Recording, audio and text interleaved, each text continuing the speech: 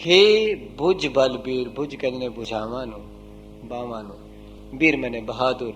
आख्या तू इन्ना बहादुर है, इन्ना बलवान है, जिन्ना मर्जी कोई जीव संसार दे चिक्कड़ विच फसिया होवे तू फस के कढ के बाहर कर सकदा है, बांह फड़ के। बंदा फस जाए ना किधरे, बांह ही फड़ांदा किसे। तो गुरु साहब ने बाणी च आख्या बुझ बल बीर ब्रह्म सुख सागर गर्त परत। आख्या मैं ते सटोए विच गर्क होया होया वां, संसार दे गंदगी विच, विकारां विच। गह लिहो अंगुरिया, मेरी उंगल फड़ के बाहर कढ लै। गह मैंने पकड़ना, किरपा कर इहदे विचों कढ लै पातशाह, तेरे तो सिवाय कोई नहीं कढ सकदा। तेरे तो सिवाय किसी की ताकत नहीं संसार समुंदर दे चिक्कड़ विचों कढ सके कोई। अज्ञानता ते विकारां दे सागर विचों कोई कढ सके, चिक्कड़ विचों, इस दलदल विचों कोई नहीं कढ सकदा तेरे तो सिवा। ते गुरुदेव कहते ने सरवण न सुरत नैन सुंदर नहीं, आरत द्वार रटत पिंगुरिया। आख्या मेरे कन्ना विच हाली वो सुरत नहीं आई, मैं तेरे गुण सुन के तेरे वल टुर सका। मेरियां अखां विच वो निग नहीं आई, मैं तेनू पहचान सका।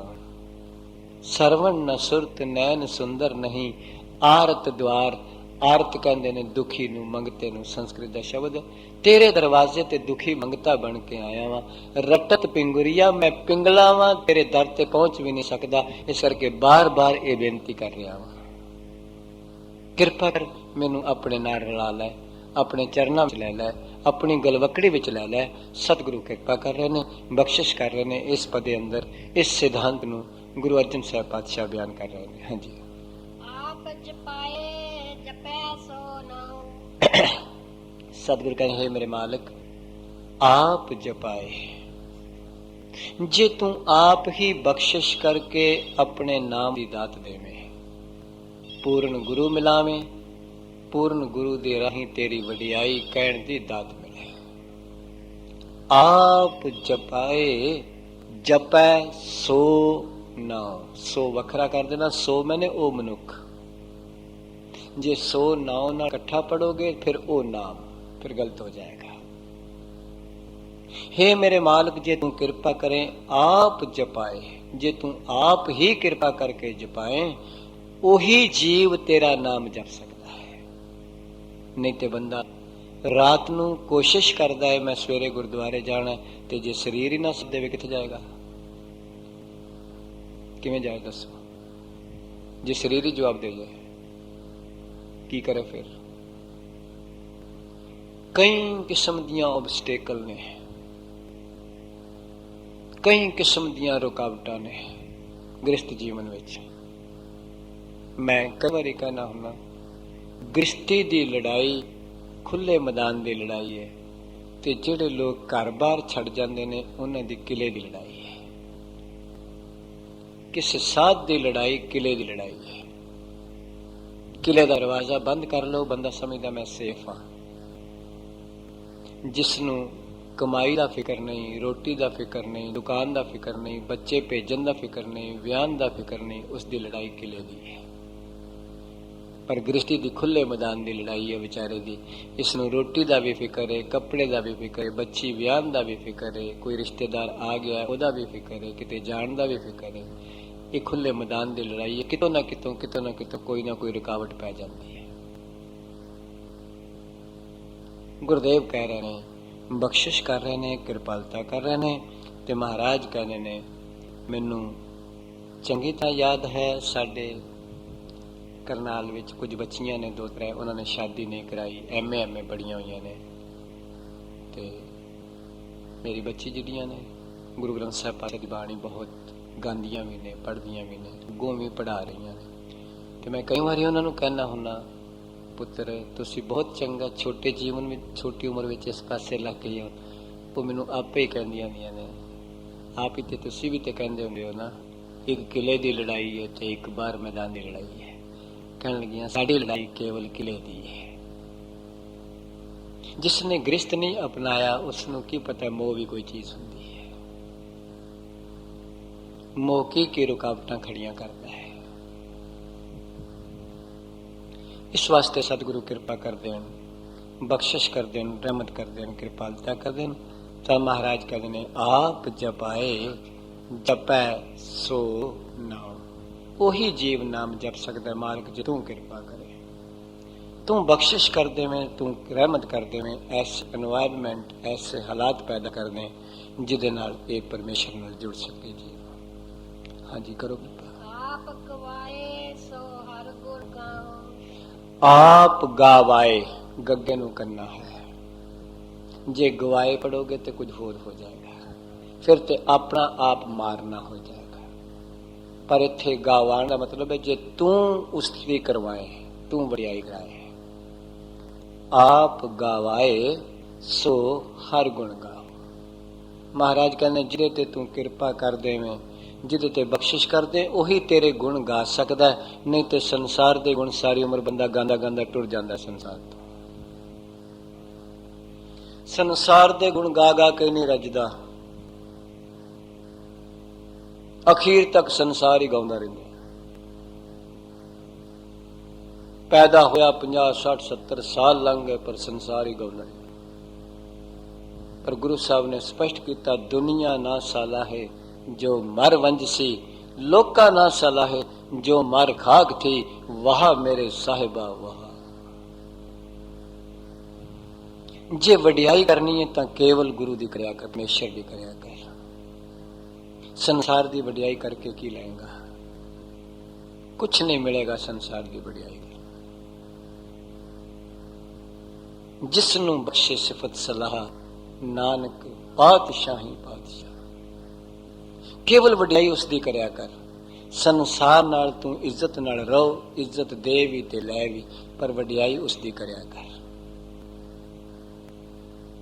ਸੰਸਾਰ ਦੀ ਵਡਿਆਈ ਕਰੇਗਾ ਤੈਨੂੰ ਕੁਛ ਨਹੀਂ ਮਿਲੇਗਾ। ਤਾਂ ਗੁਰੂ ਸਾਹਿਬ ਕਹਿ ਰਹੇ ਨੇ, ਬਖਸ਼ਿਸ਼ ਕਰ ਰਹੇ ਨੇ, ਕਿਰਪਾਲਤਾ ਕਰ ਰਹੇ ਨੇ। ਆਪ ਗਾਵਾਏ ਸੋ ਹਰ ਗੁਣ ਗਾਓ। ਮਹਾਰਾਜ ਕਹਿੰਦੇ ਜਿਹਦੇ ਕੋਲੋਂ ਤੂੰ ਆਪ ਹੀ ਕਿਰਪਾ ਕਰਕੇ ਆਪਣੀ ਵਡਿਆਈ ਕਰਾਏ, ਉਹੀ ਗਾ ਸਕਦਾ ਹੈ। ਜਿਹਦੇ ਉੱਤੇ ਤੂੰ ਆਪਣਾ ਮਿਹਰ ਭਰਿਆ ਸਿਰ ਤੇ ਹੱਥ ਰੱਖੇ, ਉਹੀ ਗਾ ਸਕਦਾ ਹੈ। ਇਸ ਪੰਕਤੀ ਦਾ ਮਤਲਬ ਇਹ ਨਹੀਂ ਵੀ ਆਪਣਾ ਉਦਮ ਵੀ ਛੱਡ ਦੇਣਾ ਹੈ, ਵਾਪਰਨਾ। ਐਸਾ ਨਹੀਂ ਹੈ। ਕਈ ਲੋਕ ਇਸ ਤਰ੍ਹਾਂ ਹੀ ਕਰਦੇ ਨੇ। ਜਦੋਂ ਕਿਤੇ ਰੱਬ ਦੀ ਗੱਲ ਆਏਗੀ ਤੇ ਕਹਿੰਦੇ ਨੇ ਆਪੇ ਹੀ ਕਰਵਾਏਗਾ ਤੇ ਕਰ ਲਾਂਗੇ। ਬਲਕਿ ਕਈ ਲੋਕ ਤੇ ਇੱਕ ਅਸ਼ਟਪਦੀ 12ਵੀਂ ਦੀ ਪੰਕਤੀ ਲੈ ਲੈਂਦੇ ਨੇ ਤੇ ਇੱਕ 14ਵੀਂ ਦੀ ਲੈ ਲੈਂਦੇ ਨੇ ਤੇ ਆਪਣੀ ਬਾਣੀ ਬਣਾ ਕੇ ਪੇਸ਼ ਕਰਦੇ ਨੇ, ਕਹਿ ਕਰਾਏ ਆਪੇ ਆਪ ਮਾਨੋ ਕਿ ਕੁਛ ਨਹੀਂ ਯਾਦ। ਇਸ ਤਰ੍ਹਾਂ ਹੀ ਕਹਿੰਦੇ ਨੇ। ਯਾਦ ਰੱਖਣਾ ਇਹ ਬਾਣੀ ਨਹੀਂ ਹੈ। ਇਹ ਤੇ ਇੱਕ 12ਵੀਂ ਅਸ਼ਟਪਦੀ ਦੀ ਪੰਕਤੀ ਹੈ ਤੇ ਇੱਕ 14ਵੀਂ ਦੀ, ਤੇ ਅਸਰ ਲਾ ਲਈਏ। ਕਦੇ ਧਿਆਨ ਨਾਲ ਦੇਖਣਾ। ਮੇਰਾ ਖਿਆਲ ਹੈ ਹਜ਼ਾਰਾਂ ਲੋਕ ਇਹ ਪੰਕਤੀ ਇਸ ਤਰ੍ਹਾਂ ਬੋਲਦੇ ਨੇ। ਕਈ ਵਾਰੀ ਪ੍ਰਚਾਰਕ ਵੀ ਬੋਲ ਜਾਂਦੇ, ਪਰ ਇਸ ਤਰ੍ਹਾਂ ਹੈ ਨਹੀਂ ਹੈ। ਅਸੀਂ ਤੇ ਆਮ ਤੌਰ ਤੇ ਇੱਕ 12ਵੀਂ ਅਸ਼ਟਪਦੀ ਦੀ, ਇੱਕ 14ਵੀਂ ਦੀ ਹੈ, ਦੋਨਾਂ ਨੂੰ ਆਪ ਹੀ ਰਲਾ ਲੈਂਦੇ ਆ। ਜੇ ਆਪ ਜੀ ਨੇ ਵੇਖਣੀ ਹੋਵੇ ਵੇਖ ਸਕਦੇ ਹੋ, ਇਸ ਤੋਂ ਬਾਅਦ ਵੇਖ ਲੈਣਾ ਬੇਸ਼ੱਕ। 12ਵੀਂ ਅਸ਼ਟਪਦੀ ਕੱਢ ਕੇ ਤੇ 14ਵੀਂ ਕੱਢ ਕੇ। ਗੁਰਦੇਵ ਕਹਿ ਰਹੇ ਨੇ, ਬਖਸ਼ਿਸ਼ ਕਰ ਰਹੇ ਨੇ, ਆਪ ਗਵਾਏ। ਮੈਂ ਕਈ ਵਾਰੀ ਕਹਿਣਾ ਹੁੰਦਾ, ਜਦੋਂ ਕਾਰ ਕਿਧਰੇ ਰਸਤੇ ਵਿੱਚ ਰੱਬ ਨਾ ਕਰਾਏ ਪੈਂਚਰ ਹੋ ਜਾਏ, ਕਦੀ ਕਿਸੇ ਨੇ ਆਖਿਆ ਵੀ ਰੱਬ ਲਵਾਏਗਾ ਤੇ ਲੱਗ ਜਾਏਗਾ, ਕੀ ਲੋੜ ਹੈ ਪੈਂਚਰ ਵਾਲੀ ਦੁਕਾਨ ਤੇ ਜਾਣ ਦੀ। ਜੇ ਆਪਣੇ ਘਰ ਦੀ ਬਿਜਲੀ ਕਿਧਰੇ ਖਰਾਬ ਹੋਵੇ, ਕਦੀ ਰੱਬ ਕਿਨੇ ਆਖਿਆ ਵੀ ਰੱਬ ਠੀਕ ਕਰਾਏਗਾ ਤੇ ਆਪੇ ਹੋ ਜਾਏਗੀ, ਕੀ ਲੋੜ ਹੈ ਕਿਸੇ ਮਕੈਨਿਕ ਕੋਲ ਜਾਣ ਦੀ। ਜੇ ਆਪਣੀ ਦੁਕਾਨ ਦਾ ਕੋਈ ਕੰਮ ਖਲੋਤਾ ਹੋਵੇ, ਕਦੀ ਕਿਸੇ ਨੇ ਆਖਿਆ ਵੀ ਆਪੇ ਰੱਬ ਕਰਾਏਗਾ। ਪਰ ਜਦੋਂ ਨਾਮ ਦੀ ਗੱਲ ਆਉਂਦੀ ਕਹਿੰਦਾ ਆਪੇ ਜਪਾਏਗਾ, ਜਪ ਲਾਂਗੇ। ਤਾਂ ਸਤਿਗੁਰੂ ਕਹਿ ਰਹੇ ਨੇ, ਬਖਸ਼ਿਸ਼ ਕਰ ਰਹੇ ਨੇ। ਇਹ ਤਾਂ ਮਹਾਰਾਜ ਤਾਂ ਕਹਿ ਰਹੇ ਨੇ ਕਿ ਤੈਨੂੰ ਕਿਤੇ ਆਪਣੇ ਉਦਮ ਦਾ ਹੰਕਾਰ ਨਾ ਹੋ ਜਾਏ ਕਿ ਮੈਂ ਨਾਮ ਜਪਦਾ, ਮੈਂ ਸਵੇਰੇ ਉੱਠਦਾ, ਮੈਂ ਪਾਠ ਕਰਦਾ, ਮੈਂ ਸੇਵਾ ਕਰਦਾ, ਮੈਂ ਕਥਾ ਕਰਦਾ, ਮੈਂ ਕੀਰਤਨ ਕਰਦਾ। ਤਾਂ ਗੁਰੂ ਸਾਹਿਬ ਕਹਿੰਦੇ ਨੇ, ਮਾਲਕ ਆਪ ਗਵਾਏ ਸੋ ਹਰ ਗੁਣ ਗਾਓ। ਜਿਹਦੇ ਤੇ ਤੂੰ ਰਹਿਮਤ ਕਰਕੇ ਆਪ ਗਵਾਨੇ, ਆਪਣੀ ਵਡਿਆਈ ਕਰਾਨਾ, ਉਹ ਤੇਰੇ ਗੁਣ ਗਾਉਂਦਾ ਹੈ। ਹਾਂਜੀ, ਪ੍ਰਭ ਕਿਰਪਾ ਤੇ ਹੋਏ ਪ੍ਰਗਾਸ। ਦੇਖਿਆ, ਆਖਿਆ ਪ੍ਰਭੂ ਦੀ ਕਿਰਪਾ ਤੋਂ ਅੰਦਰ ਪ੍ਰਕਾਸ਼ ਦਾ ਮਤਲਬ ਹੁੰਦਾ ਗਿਆਨ, ਚਾਨਣ, ਲਾਈਟ। हे मेरे मालिक, तेरी किरपा नाल ही अंदरला हनेरा दूर हो सकता है, अज्ञानता दूर हो सकती है। जे तू बख्शिश ना करे, अंदर दा हनेरा कदी दूर हुंदा ही नहीं। सारी उम्र लंघ जाती है, अंदर हनेरा ही रहिंदा है। तुहाडे ते इत्थे रिवाज घट है। हिंदुस्तान विच कई थां ते गुरुद्वारियां ते मस्सिया लगदी, मस्सिया वाले दिन इशनान करन जांदे ने लोग। ते करनाल तो तकरीबन 60 किलोमीटर एक जगह है जिथे एक गुरुद्वारा साहब जिसनों कहते हैं सच्चा सौदा। पाकिस्तान तो महाराज गुरु नानक साहब के उस गुरुद्वारे तो इट्टां लिया के उन्होंने उत्थे गुरुद्वारा बनाया है। मस्सिया नूं उत्थे आई मस्सिया नूं समागम हुंदा बहुत वड्डा, 10-5 हज़ार लोग इकट्ठे हुंदे ने, इशनान करते हैं, कथा कीर्तन हुंदे। 10 नूं कमेटी ने 1-2 बारी बुलाया कि तुसीं भी जरूर आओ। ते जदों मैं तुहाडी असीस नाल गुरु दे चरणां विच जाके बैठा ते गुरु दी गल करन वास्ते पातशाह ने प्रेरिया, ते मैं गल ही सतगुरु ने इत्थों शुरू कराई। मैं आख्या मस्सिया ते सच्चा सौदा कदी इकट्ठे रहे ही नहीं अज तक।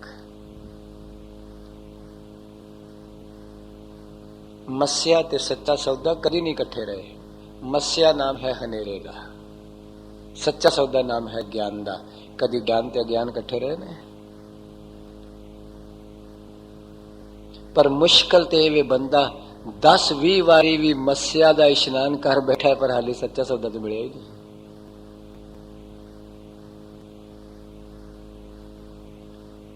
तो गुरु साहब कह रहे ने, बख्शिश कर रहे ने, कृपालता कर रहे ने। प्रभ किरपा ते होए प्रगास। प्रभु की किरपा नाल, गुरु की बख्शिश नाल ये लाइट मिलती है, चन्नन मिलता है, ज्ञान मिलता है, अंदर दा हनेरा दूर हुंदा है। क्योंकि ये हनेरा बिजली नाल नहीं दूर हो सकता, मोमबत्ती नाल, दीवे नाल नहीं हो सकता, सूरज की रोशनी नाल नहीं हो सकता। तो गुरु साहब ने ताई आख्या, जे 100 चंदा उगवै सूरज चढ़े 1000, एते चानन होंदियां गुर बिन घोर अंधार। गुरु तो बगैर ते मस्सिया हटदी नहीं,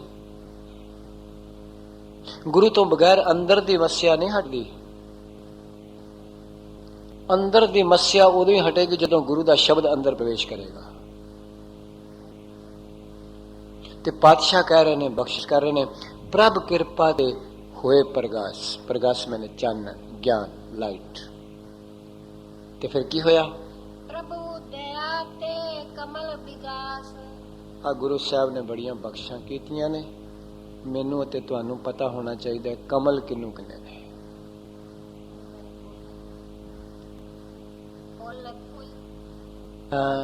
उस कमल दे फुल दी विशेषता की है? बहुत वधिया बच्चिए, कुछ होर भी होएगी। गुरु साहब कह रहे हैं, आ महाराज ने प्रभु दया ते कमल विगास। एक ते कमल दा फुल है बाहर दा, एक कमल दा फुल है अंदर दा, हिरदा रूपी कमल। याद रखना, संसार विच कमल दे फुल दा रिश्ता सूरज नाल है। आसमान ते सूरज खिड़दा है ते कमल दा फुल इस तरह हो जाता है। जदों सूरज छिपदा है ते कमल दा फुल इस तरह हो जाता है, बंद हो जाता है। कमल दे फुल दियां 2 विशेषताएं ने। चिक्कड़ विच पैदा हुंदा है, पानी विच हुंदा है, पर पानी विच जिन्नियां मर्जी लहरां आउण उन्हां तो असंग रहिंदा है। आप जी नूं एक गल कह देवां, 3 रब दे प्यारे इक्को समय विच होए ने, समकालीन। मुहम्मद इकबाल मुसलमान होए ने सियालकोट विच, पाकिस्तान विच।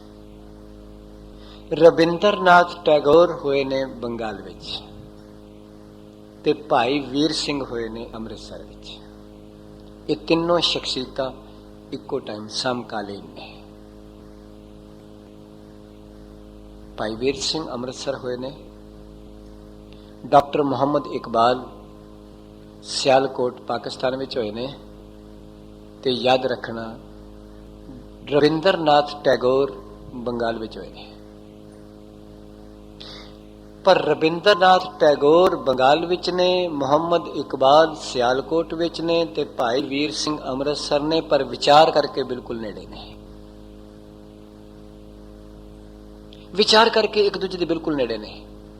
ਕਈ ਵਾਰੀ ਬੰਦਾ ਸਰੀਰ ਕਰਕੇ ਲੱਖਾਂ ਮੀਲ ਦੂਰ ਹੁੰਦਾ ਪਰ ਵਿਚਾਰ ਕਰਕੇ ਨੇੜੇ ਹੁੰਦਾ ਹੈ, ਤੇ ਕਈ ਵਾਰੀ ਬੰਦਾ ਸਰੀਰ ਕਰਕੇ ਇੱਕੋ ਘਰ ਵਿੱਚ ਦਰਾਣੀ ਜਠਾਣੀ ਦੇ ਰੂਪ ਵਿੱਚ ਰਹਿ ਰਿਹਾ ਹੁੰਦਾ ਤੇ ਵਿਚਾਰਾਂ ਕਰਕੇ ਬਹੁਤ ਦੂਰ ਹੁੰਦਾ ਹੈ। ਕਈ ਵਾਰੀ ਬੰਦਾ ਮਾਂ ਪੁੱਤਰ ਹੋ ਕੇ ਇੱਕ ਘਰ ਵਿੱਚ ਰਹਿ ਰਿਹਾ ਹੁੰਦਾ ਪਰ ਵਿਚਾਰਾਂ ਕਰਕੇ ਦੂਰ ਹੁੰਦਾ ਹੈ। ਕਈ ਵਾਰੀ ਭਰਾ ਭਰਾ ਕਰਕੇ ਤੇ ਪਿਓ ਪੁੱਤਰ ਕਰਕੇ ਰਹਿ ਰਿਹਾ ਹੁੰਦਾ ਪਰ ਵਿਚਾਰਾਂ ਕਰਕੇ ਦੂਰ ਹੁੰਦਾ ਹੈ, ਤੇ ਕਈ ਵਾਰੀ ਅਮਰੀਕਾ ਬੈਠਾ ਹੋਇਆ ਵਿਚਾਰਾਂ ਕਰਕੇ ਨੇੜੇ ਹੁੰਦਾ ਹੈ। ਤਾਂ ਮੈਂ ਬੇਨਤੀ ਕਰ ਰਿਹਾ ਆਪ ਜੀ ਦੇ ਨਾਲ, ਰਵਿੰਦਰਨਾਥ ਟੈਗੋਰ ਦੇ ਸਾਹਮਣੇ ਗੁਰੂ ਗ੍ਰੰਥ ਸਾਹਿਬ ਜੀ ਦੀ ਇੱਕ ਪੰਕਤੀ ਆਈ, ਗੁਰੂ ਅਰਜਨ ਸਾਹਿਬ ਜੀ ਬਖਸ਼ਿਸ਼ ਨਾਲ ਰੋ ਰੋ ਪਿਆ, ਆਖਿਆ ਸੱਚੇ ਪਾਤਸ਼ਾਹ ਇੰਨੀ ਬਖਸ਼ਾਂ ਤੁਹਾਡੀਆਂ ਇਸ ਬਾਣੀ ਵਿੱਚ। ਪੰਕਜ ਫਾਥੇ ਪੰਕ ਮਹਾਮਦ ਗੁੰਫਿਆ, ਅੰਗ ਸੰਗ ਉਰਝਾਏ ਬਿਸਰਤੇ ਸੁੰਫਿਆ। ਰਵਿੰਦਰਨਾਥ ਟੈਗੋਰ ਨੇ ਆਖਿਆ ਇੰਨੀ ਫਿਲਾਸਫੀ ਹੈ ਗੁਰੂ ਦੀ ਬਾਣੀ ਵਿੱਚ।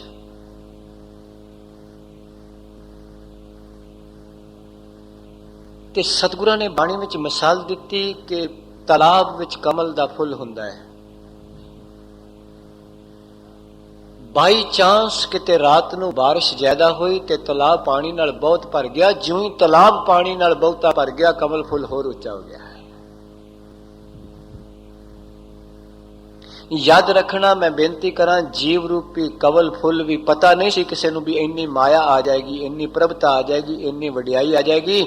ਜਿਉਂ ਹੀ ਪ੍ਰਭਤਾ ਦਾ ਮੀਂਹ ਪੈਂਦਾ, ਮਾਇਆ ਦਾ ਮੀਂਹ ਪੈਂਦਾ, ਜੀਵ ਰੂਪੀ ਕਮਲ ਆਪਣੇ ਆਪ ਨੂੰ ਸੰਭਾਲ ਨਹੀਂ ਸਕਦਾ ਤੇ ਲਹਿਰਾਂ ਦੇ ਵਿੱਚ ਡੁੱਬ ਜਾਂਦਾ ਹੈ। ਇਹ ਫਰਕ ਹੈ। ਆਮ ਤੌਰ ਤੇ ਜੀਵਨ ਵਿੱਚ ਇਹੀ ਹੋ ਰਿਹਾ ਹੈ। ਕਮਲ ਦੇ ਫੁੱਲ ਦੀ ਵਿਸ਼ੇਸ਼ਤਾ ਇਹ ਵੇ, ਅਸਮਾਨ ਦੀ ਏਡੀ ਦੂਰੀ ਤੇ ਸੂਰਜ ਉੱਤੇ ਵੇ, ਕਮਲ ਫੁੱਲ ਜ਼ਮੀਨ ਤੇ ਵੇ, ਏਡੀ ਦੂਰੋਂ ਰਿਸ਼ਤਾ ਜੋੜ ਲੈਂਦਾ ਸੂਰਜ ਨਾਲ, ਉਸੇ ਵੇਲੇ ਖਿੜਨਾ ਸ਼ੁਰੂ ਹੋ ਜਾਂਦਾ ਜਿਵੇਂ ਸੂਰਜ ਨਿਕਲਦਾ ਹੈ। ਅਫਸੋਸ ਦੀ ਗੱਲ ਹੈ, ਸਿੱਖ ਗੁਰੂ ਗ੍ਰੰਥ ਸਾਹਿਬ ਨੂੰ 2 ਫੁੱਟ ਤੋਂ 4 ਫੁੱਟ ਤੋਂ 6 ਫੁੱਟ ਤੋਂ ਅੱਧੇ 5-7 ਇੰਚਾਂ ਤੋਂ ਮੱਥਾ ਟੇਕਦਾ ਹੈ, ਪਰ ਗੁਰੂ ਦੇ ਗਿਆਨ ਰੂਪੀ ਸੂਰਜ ਨਾਲ ਕਦੀ ਖਿੜਦਾ ਹੀ ਨਹੀਂ ਖਿੜਦਾ। ਸਤਿਗੁਰੂ ਕਹਿੰਦੇ ਨੇ ਉੱਗਿਆ ਤੇ ਚਿੱਕੜ ਵਿੱਚ ਕਮਲ ਦਾ ਫੁੱਲ, ਪਰ ਚਿੱਕੜ ਤੋਂ ਵੀ ਦੂਰ ਰਹਿੰਦਾ। ਕਰਮਾਂ ਦੇ ਚਿੱਕੜ ਵਿੱਚੋਂ ਸੰਸਾਰ ਵਿੱਚ ਜੰਮਿਆ ਹੋਇਆ ਜੀਵ ਜੇ ਸੰਸਾਰ ਦੇ ਚਿੱਕੜ ਤੋਂ ਉੱਚਾ ਉੱਠ ਜਾਂਦਾ ਤੇ ਫਿਰ ਖਿੜ ਜਾਣਾ। ਪਰ ਮੁਸ਼ਕਲ ਇਹ ਵੇ, ਜੰਮਿਆ ਵੀ ਚਿੱਕੜ ਵਿੱਚ ਤੇ ਫਸ ਫਿਰ ਚਿੱਕੜ ਚ ਗਿਆ। ਇਹ ਗੱਲ ਹੈ ਨਾ। ਗੁਰਦੇਵ ਕਹਿ ਰਹੇ ਨੇ, ਬਖਸ਼ਿਸ਼ ਕਰ ਰਹੇ ਨੇ। ਮਹਾਰਾਜ ਕਹਿੰਦੇ ਨੇ, ਹੇ ਮੇਰੇ ਮਾਲਕ ਤੂੰ ਤਰਸ ਕਰ, ਬਖਸ਼ਿਸ਼ ਕਰ। ਜਿਵੇਂ ਕਮਲ ਦਾ ਫੁੱਲ ਸੂਰਜ ਨੂੰ ਵੇਖ ਕੇ ਏਡੀ ਦੂਰੋਂ ਖਿੜ ਜਾਂਦਾ, ਕਿਤੇ ਗੁਰੂ ਦੀ ਸ਼ਬਦ ਦੀ ਸਾਹ ਪਾ ਕੇ ਇਹ ਜੀਵ ਰੂਪੀ ਕਮਲ ਵੀ ਖਿੜ ਜਾਏ। ਜਦੋਂ ਪਾਣੀ ਵਿੱਚ, ਤਲਾਬ ਵਿੱਚ ਪਾਣੀ ਵੱਧਦਾ ਤੇ ਕਮਲ ਦਾ ਫੁੱਲ ਫਿਰ ਵੀ ਉੱਚਾ ਹੋ ਕੇ ਰਹਿੰਦਾ। ਜੇ ਸੰਸਾਰ ਵਿੱਚ ਦੱਤਾਂ ਵੱਧ ਜਾਣ ਤੇ ਸਿੱਖ ਫਿਰ ਵੀ ਉੱਚਾ ਹੋ ਕੇ ਰਵੇ। ਤੇ ਇੱਕ ਹਿਰਦਾ ਰੂਪੀ ਕਮਲ ਇੱਥੇ ਵੇ, ਨਾਭੀ ਕੋਲ, ਇਹ ਗੁਰੂ ਦੇ ਸ਼ਬਦ ਨਾਲ ਸਿਰਾ ਹੁੰਦਾ ਹੈ, ਖਿੜਦਾ ਹੈ। ਜਿਹੜੇ ਲੋਕ ਅਭਿਆਸ ਕਰਦੇ ਨੇ ਸਿਮਰਨ ਦਾ, ਉਹ ਜਾਣਦੇ ਨੇ। ਉਹ ਨਾਭੀ ਤੋਂ ਚੁੱਕਦੇ ਨੇ ਆਵਾਜ਼ ਨੂੰ ਤੇ ਮੂੰਹ ਤੱਕ ਲਿਆਉਂਦੇ ਨੇ, ਤੇ ਮੂੰਹ ਤੋਂ ਫਿਰ ਵਾਪਸੀ ਉੱਥੋਂ ਤੱਕ ਲੈ ਜਾਂਦੇ ਨੇ। ਉਹਨਾਂ ਦਾ ਹਿਰਦਾ ਰੂਪੀ ਕਮਲ ਖਿੜ ਜਾਂਦਾ ਹੈ। ਸਤਿਗੁਰੂ ਕਹਿ ਰਹੇ ਨੇ, ਪ੍ਰਭੂ ਦਇਆ ਤੇ ਕਮਲ ਵਿਗਾਸ ਮੈਨੇ ਖਿੜਨਾ, ਬਖਸ਼ਿਸ਼ ਹੋ ਜਾਂਦੀ ਹੈ। ਸਤਿਗੁਰੂ ਕਹਿ ਰਹੇ ਨੇ, ਉਹਦਾ ਹਿਰਦਾ ਰੂਪੀ ਕਮਲ ਖਿੜ ਜਾਂਦਾ ਹੈ ਗੁਰੂ ਦੇ ਸ਼ਬਦ ਰੂਪੀ ਚਾਨਣ ਨਾਲ। ਫਿਰ ਕੀ ਹੁੰਦਾ ਹੈ? ਰੱਬ ਸੋ ਪ੍ਰਸੰਨ ਬਸੈ ਮਨ ਸੋਏ। ਮਹਾਰਾਜ ਕਹਿੰਦੇ ਨੇ, ਜਿਨ੍ਹਾਂ ਤੇ ਪਰਮੇਸ਼ਰ ਫਿਰ ਉੱਠਦਾ ਹੈ, ਬਹੁਤ ਖੁਸ਼ ਹੁੰਦਾ ਹੈ। ਪ੍ਰਭ ਸੋ ਪ੍ਰਸੰਨ, ਇੱਕ ਹੁੰਦਾ ਪ੍ਰਸੰਨ, ਇੱਕ ਹੁੰਦਾ ਸੋ ਪ੍ਰਸੰਨ। ਜਿਨ੍ਹਾਂ ਤੇ ਪਰਮੇਸ਼ਰ ਖੁਸ਼ ਹੁੰਦਾ ਹੈ, ਕੇਵਲ ਪ੍ਰਸੰਨ ਹੁੰਦਾ ਹੈ, ਉਹਨਾਂ ਕੋਲ ਸੰਸਾਰ ਥੋੜਾ ਵੱਧ ਮਿਲਦਾ ਹੈ। याद रखना, जिन्हां ते बहुत खुश हुंदा उन्हां नूं निरंकार मिलदा है। गुर जिन को सो प्रसन्न, शब्द लग भव जल तारै। सतगुरु अर्जन साहब कहते प्रभ सो प्रसन्न, बसै मन सोए। मन दे नन्हे नूं सिहारीए, जिहदे ते रब बड़ा खुश हुंदा ओहदे मन विच रब वस जांदा है। ओहदे बड़े खुश होण दी निशानी है।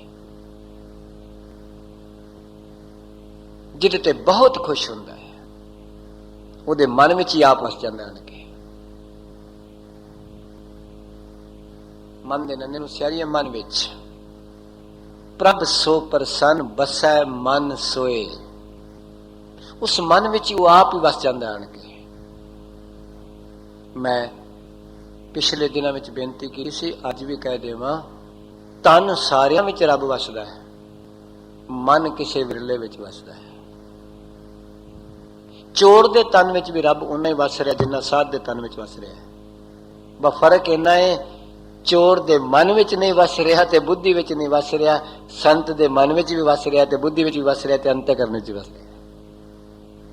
ये नहीं कह सकते भी चोर दे तन विच रब नहीं वसदा, जां डाकू दे तन विच रब नहीं वसदा। वसदा है।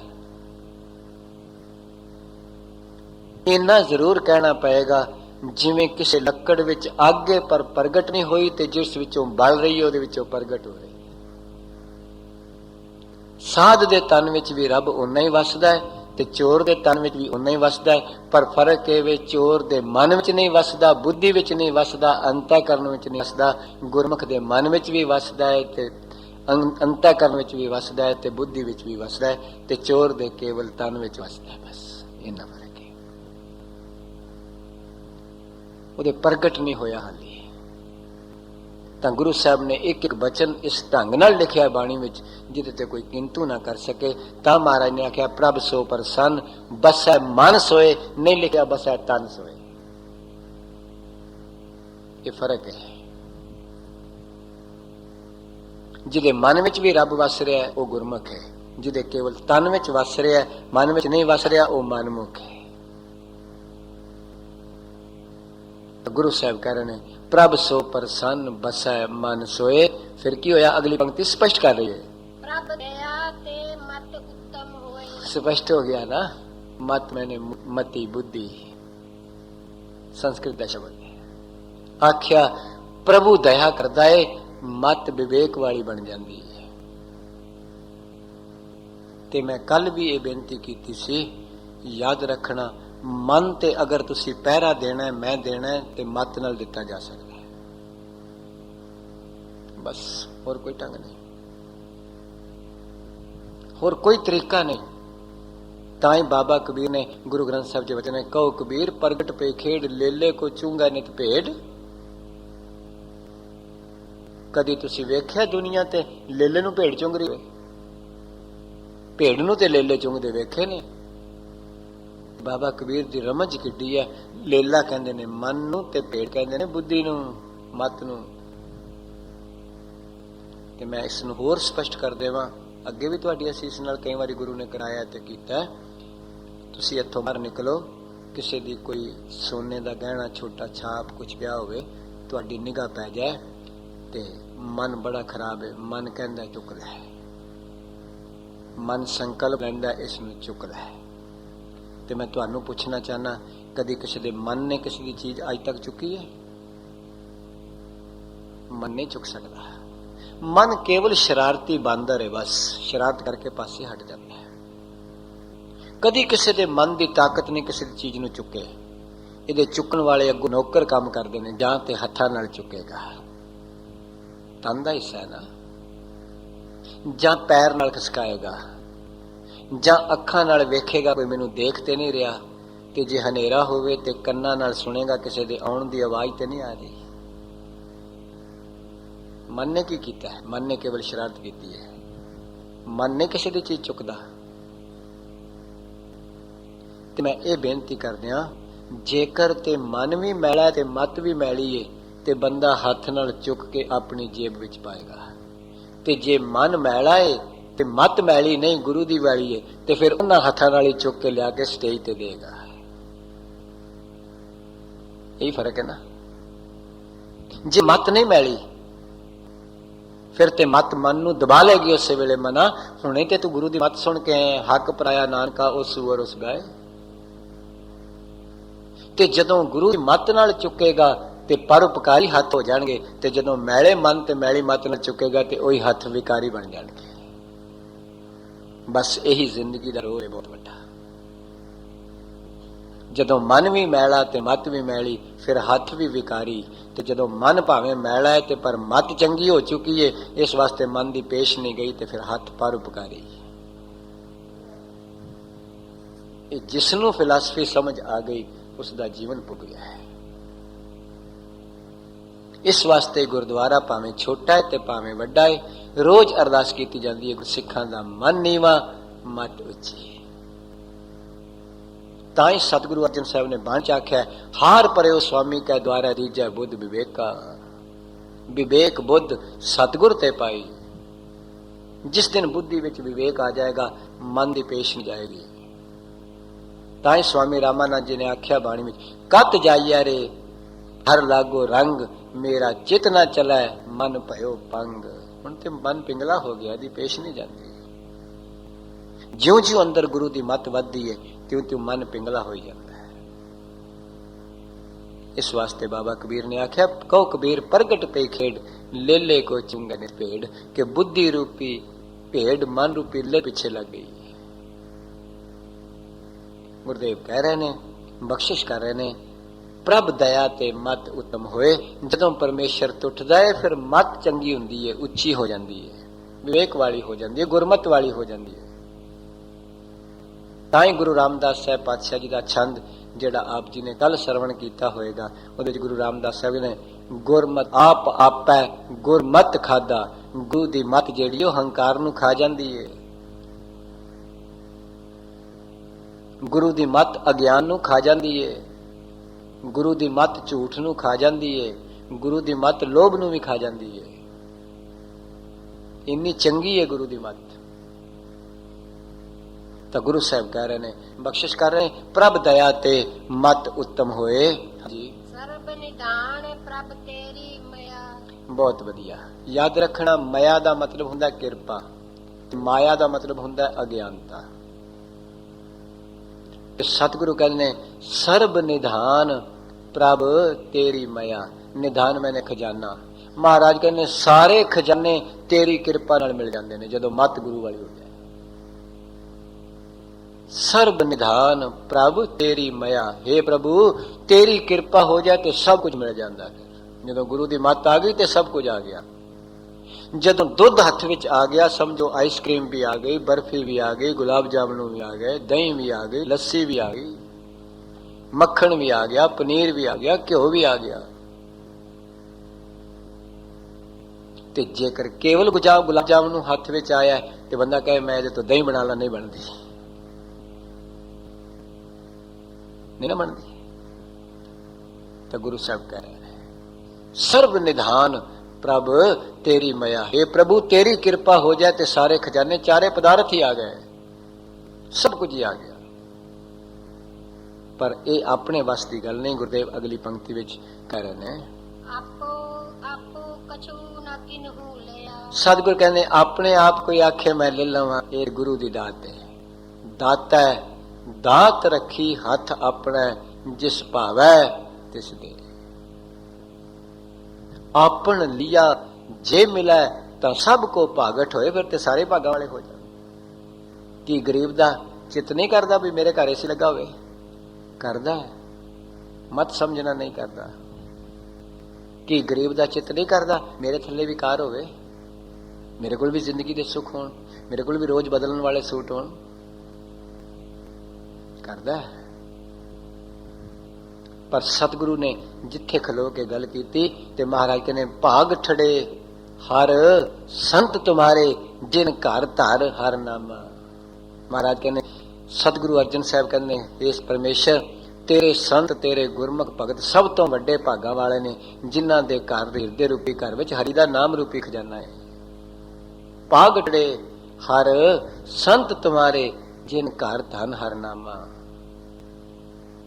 प्रवान गणी से ये आए सतगुरु कहते ने वो संसार ते परवान ने आए हुए कबूल पै गए ने, सफल तिन्हां के कामा, उन्हां दा आउणा संसार ते पुग गया है। तो गुरुदेव कह रहे ने, बख्शिश कर रहे ने, सर्ब निधान प्रभ तेरी मया आपो कछु न किन्हू लिया। अज तक अपने आप कोई धक्के नाल नहीं तेरे कोई लै सकदा। कुछ कोई बंदा आखे मैं रब कोलों धक्के नाल ले ला, गुरु कोलों धक्के नाल ले लवां, धक्के नाल नहीं कुछ मिलदा गुरु कोलों, अज तक नहीं मिलिया कदी, ना कोई लै सकदा है। जोर ना सुरती ज्ञान विचार, जोर में धक्का, जोर नाल नहीं ज्ञान दी विचार मिलदी। जोर ना जुगती छुटा संसार, कोई जोर दा धक्के दा तरीका नहीं भी संसार तो विकारा तो खड़ा छुड़ा लीए। जिस हथ जोर कर वेखै सोए, तो उसकी बख्शिश ਉਹਦੇ हथ ਵਿੱਚ सब कुछ। जिसनों ਉਹ ਦਿੰਦਾ है उसनों कौन डक सकता है, ਉਹਦੇ ਕੋਲੋਂ कौन खो सकता है। गुरु रामदास साहब पातशाह ने आख्या, एक बंदा कोठी बनाने लगता है, जन जिमीदार नाल दी जमीन वाले अपनी वट तो लड़ पैंदे ने, दीवार इत्थे आउणी है, कोठी वाला कहता नहीं इत्थे आउणी। महाराज कहते ने नाम धन दा किसे नाल कोई रौला ही नहीं, कोई झगड़ा नहीं, क्योंकि कोई खो नहीं सकता, कोई वंड नहीं सकता, कोई धक्के नाल नहीं खो सकता किसी को ज्ञान। कोई आखे मैं धक्के नाल तेरे को खो लवां, ज्ञान नहीं खोया जा सकता। जल नहीं डूबे तस्कर नहीं लेवे, पहा ना साका जाले, ये अग विच भी नहीं सड़दा, चोर भी नहीं लुट सकता। गुर का बचन बसै जी नाले। जिन्होंने सतगुरु ये दात दे सकते हैं, उन्होंने को कौन खो सकता है। संसार का धन लोगों को बहुता होता है, याद रखना हनेरा कर करके गिनते हैं। जिन्हों को नाम धन वध जाता है, वो तो जंगल में बह के भी वंडते हैं, वो तो खुले हालों में बैठ के वंडते हैं, खुले पंडालों में बैठ के वंडते हैं। गुरुदेव कह रहे हैं, सर्व निधान प्रभ तेरी मया आपो छू न किन्हू दया। महाराज के अपने आप कुछ नहीं कोई लै सकता। हाँ जी, चित चित लावो तित लगे हर नाथ। महाराज कहते हैं, हे हरि, हे मेरे मालक, जित जित आवो तित लगे हर नाथ। हे हरि, हे नाथ, हे साडे मालक, जिथे तू कर्मा करके लाया असी तो उत्थे लगे। की करिए, जो कुछ बीज के आए हैं उसके मुताबिक ही फसे तुरे हुए। जित जित लावे, जित जित लावो तित लगे हर नाथ, नानक कछु नहा। आख्या मेरे मालिक सारे हाथ कुछ नहीं, तू आप कृपा कर, आप बख्शिश कर, आप रहमत करके साडी बांह फड़ के अपने नाल ला ले। तां गुरु रामदास साहब पातशाह जी ने वचन कहे अपने सतगुरु ਨੂੰ संबोधन करके, हम अंधले अंध बिखै बिखराते क्यों चालै गुर चाली। आख्या मेरे मालिक, असी अन्नियां दे भी अन्ने आ, असी तेरे मगर कितना टुरीए, सानू दिसदा ही नहीं तेरा राह। हम अंधले अंध बिखै बिखराते क्यों चालै गुर चाली। सतगुर दया करे सुखदाता, हम लाभ है आपन पाली। कृपा कर सानू अपने पल्ले ना लाना है, बख्शिश कर अपना पल्ला आप पकड़ा लै, दामन अपना आप पकड़ाना है। तू अपने शब्द दा दामन, अपनी मत दा दामन पकड़ा के अन्ने नू पिछे पिछे टोर के आप ही अपने घर तक ले जा। कृपा कर देवे सतगुरु, ये बख्शिश कर देन गुरु अर्जन साहब पिता महाराज। इस संसार दे महान अंधेरे विचों पट्टां दे बचन गुरु अर्जन साहब जी का पवित्र शहीदी गुरपुरब नेड़े आ रहा है। पट्टां ने एक बोल कहे ने, जग और न याहे महातम मैं अवतार उजागर आन कियो, तिनके दुख कोटक दूर गए मथुरा जिन अमृत नाम पियो। ए पद्धत ते मत चुकै रे मन, भेद विभेद न जान बियो। पर तछ हृदय गुरु अर्जन कै हर पूर्ण ब्रह्म निवास लियो। जब लो नहीं भाग लिलार उदय, तब लो परमते फिरते बहुत आयो। कल घोर समुद्र में बूढ़त थे, कब हूं मिट है नहीं रे पछतायो तत् विचार यह मथुरा जग तारन को अवतार बनायो जप्यो जिन अर्जुन देव गुरु फिर संकट जौन गर्भ ना आए। सतगुरु कृपा करन बख्शिश करन रहमत करन। ऐसे सतगुरु गुरु अर्जन साहिब जी का रोम रोम दास ऋणी है। आप जी नूं सारिआं नूं ऋणी होना चाहिए जिन्हां ने गुरुआं दे गुरु ऐसी बाणी कलयुग की झोली विच पाई जिसका एक अखर जिंदगी बदलने की समर्था रखता है, जिसका एक बोल जिंदगी विच तब्दीली लियाउण दी बख्शा कर सकता है। भुलां चुकां दी खिमा। वाहिगुरू जी का खालसा।